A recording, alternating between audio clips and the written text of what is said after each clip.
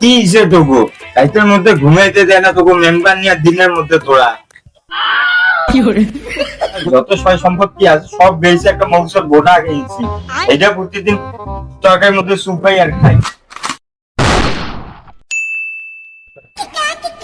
আবার সার্মি দেখলাম এই জায়গাটা উন্নত মানুষ ছিল, এখান থেকে নিম্ন বছর হয়ে গেছে। আমি ফোন দিল দেখি, আম্মায় ফোন দিছে। হ্যালো, হ্যাঁ আম্মা আমি নামছি প্লেন দিয়ে নামছি। হ্যাঁ আম্মা আমি আনছি, তোমার সবকিছু আনছি, কিন্তু আমি খাইছি কিনা এটা তো জিগাইবে না। তোমাদের বাংলাদেশের বাস স্ট্যান্ডের যে অবস্থা, ঢোকার সময় ধাক্কা ধাক্কি করে ঢুকতে হয়, বের হওয়ার সময় লাথি মারি বের করে দেয়। হ্যাঁ আম্মা সামনে একটা দোকান দেখতে পাইতেছি, ওখানে খেয়ে তোমার ফোন দিয়েছি।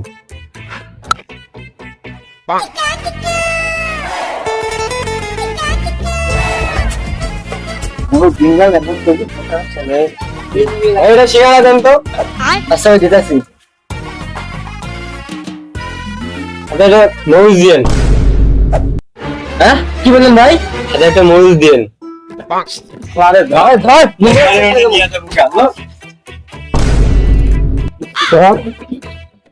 মেম্বার সাহেব, এ বস।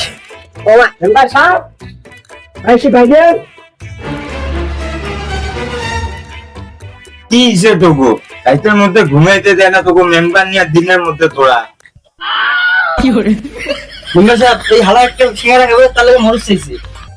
কি মরিচ চাইছে? মরিচের দিয়ে ঢোকে দে না মেম্বার সাহেব, আমার চালাই দেন, আমি এটা ধরে নিয়ে যাই, 20 মিলিয়ন টাকা কাউন্ট। এ শোন,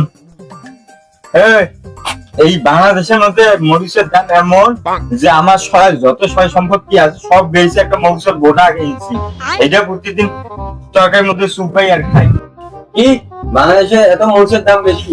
আমি জানি না, বিদেশ থেকে সোনা দানা না আনি মরিচ নিয়ে এসতাম। কি তুই বাংলাদেশে ছিলি না? না ঠিক আছে, তাহলে শোন, বাংলাদেশের মধ্যে মরিচের দাম এমন, তুই টাকা চাবি দিয়া দিবে, জায়গা সম্পত্তি চাবি লেখা দিবে, আর তুই মরিচ চাবি ড্রেক ভরাই দিবে।